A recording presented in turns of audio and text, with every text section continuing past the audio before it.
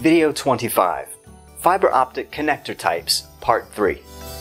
Over the years, manufacturers have come up with dozens of connector styles, some of which we have already discussed in Video 23 and Video 24. Another point of discussion has been different ways to terminate them.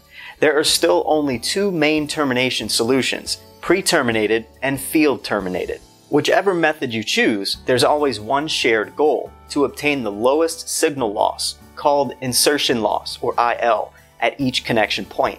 Each of these methods for connecting fiber offers different advantages depending on your existing equipment and your skill level. Installing connectors onto fiber optic cables in the field can be time-consuming and frustrating, needing to polish the connector end face and waiting for epoxy to set.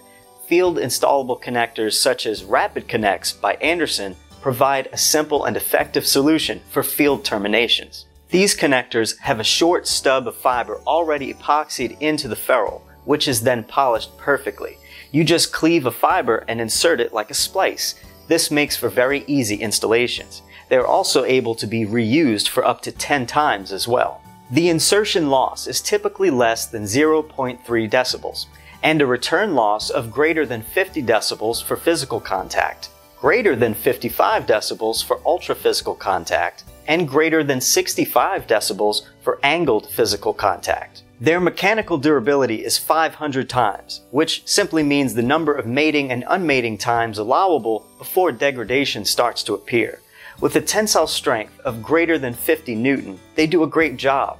There are two different sizes available, either compatible with 250 and 900 micron optical fibers, or 2 to 3 millimeter jacketed cable types.